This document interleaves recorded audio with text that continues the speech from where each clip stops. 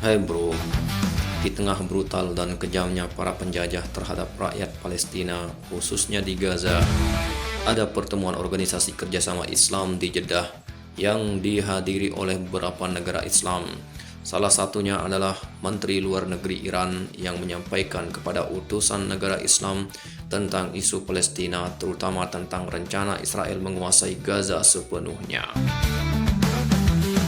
Berikut adalah pidato Menlu Iran Sayyid Abbas Araghchi pada sidang luar biasa Dewan Menteri Luar Negeri Organisasi Kerjasama Islam di Jeddah pada tanggal 24 Agustus 2025.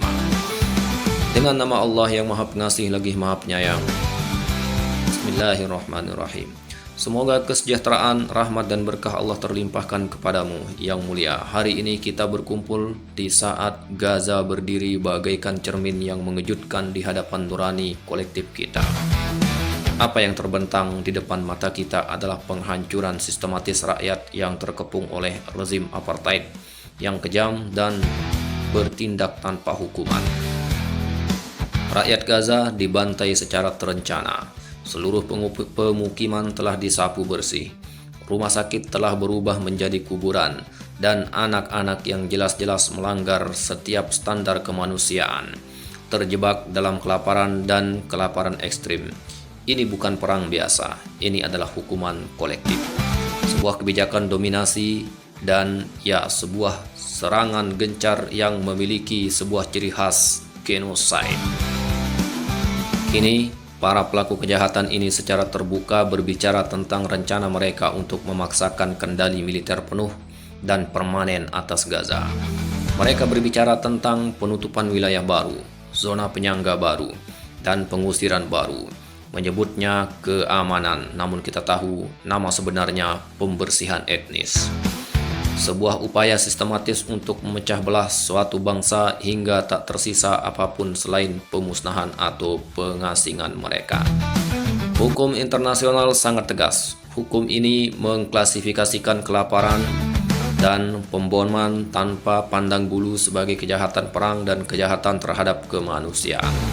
Sementara itu, Konvensi Jenewa keempat melarang penargetan warga sipil, penghancuran rumah, dan penggusuran paksa penduduk.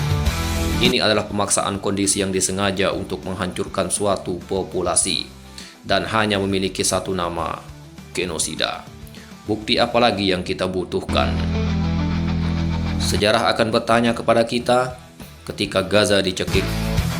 Apakah dunia muslim berbicara dengan satu suara? Apakah kita bertindak? Atau apakah kita menunggu orang lain bertindak dan memutuskan untuk kita? Saat ini kecaman kosong tanpa tindakan tidak ada gunanya. Yang mulia, untuk mewujudkan perdamaian dan memastikan penarikan penuh pasukan pendudukan dari setiap jengkal wilayah Gaza, kita harus memutuskan untuk memobilisasi semua perangkat politik, ekonomi, dan hukum. Baik itu sanksi, boikot, atau tekanan internasional yang terkoordinasi. Mendorong akuntabilitas di setiap tingkatan, di setiap pengadilan terhadap semua pihak yang melakukan atau memungkinkan kejahatan perang dan genosida di Palestina. Dan segera putuskan semua hubungan dengan para pembunuh saudara-saudari kita di Gaza. Dan yang saat ini sedang memimpikan impian absurd Israel Raya. Sudah terbukti bahwa upaya damai tidak membuahkan hasil di masa lalu dan tidak akan pernah membuahkan hasil di masa depan. Kita juga harus menghadapi keterlibatan pemerintah-pemerintah yang mempersenjatai rezim pendudukan, melindunginya dari kecaman internasional, dan mempeto keadilan. Mereka jauh dari netralitas. Namun netralitas dalam menghadapi kejahatan bukanlah netralitas, melainkan keterlibatan. Rekan-rekan yang terhormat, Gaza lebih dari sekedar tempat yang menderita. Gaza adalah saksi, simbol perlawanan, dan pengingat bahwa martabat manusia tak dapat dihancurkan menjadi abu oleh bom. Rakyat Gaza menantikan dukungan penuh kita, dan keteguhan mereka memanggil kita untuk mendukung mereka, bukan hanya dengan kata-kata, tetapi juga dengan tindakan tegas. Nabi SAW mengajarkan kita bahwa umat Islam bagaikan satu tubuh dan satu esensi. Hari ini, tubuh ini menderita dan berdarah di Gaza. Berdiam diri sama saja dengan melukai diri sendiri. Tindakan berani adalah jalan menuju kesembuhan.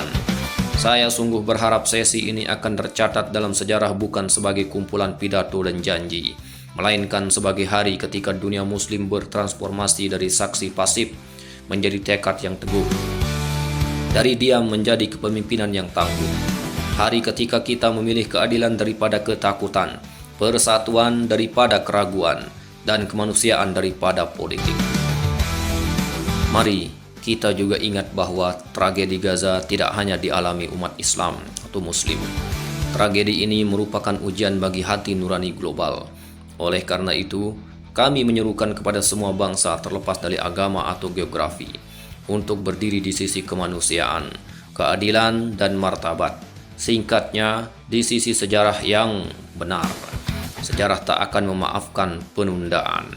Gaza tak bisa menunggu. Sekaranglah saatnya bertindak. Terima kasih. Itulah kurang lebih isi pidato dari Menteri Luar Negeri Iran yang dikutip dari akun X Foreign Ministry Islamic Republic of Iran. Sepertinya isi pidatonya sudah sangat jelas, tegas, dan lugas. Tak ada yang perlu dijelaskan lagi dari isi pidatonya. Bagaimana kira-kira? Masih adakah sedikit harapan yang bisa diharap saudara-saudara kita, saudara-saudara seiman kita dari dalam hati? Banyak yang hatinya bergejolak namun tak tahu harus berbuat apa. Namun masih ada cara yang bisa dibuat, yaitu doa. Kekejaman yang tak ada belas kasih hanya bisa dihentikan dengan tindakan tegas, yaitu sanksi keras dan peperangan. Yang pasti kita semua akan dimintai pertanggungjawaban kelak dalam sidang yang semua manusia takut dengannya. Terlebih para pemimpin, kalian sungguh berat dalam sidang ini. Sebelum hari itu datang, mari lakukan apa yang bisa dilakukan. Sampai jumpa lagi.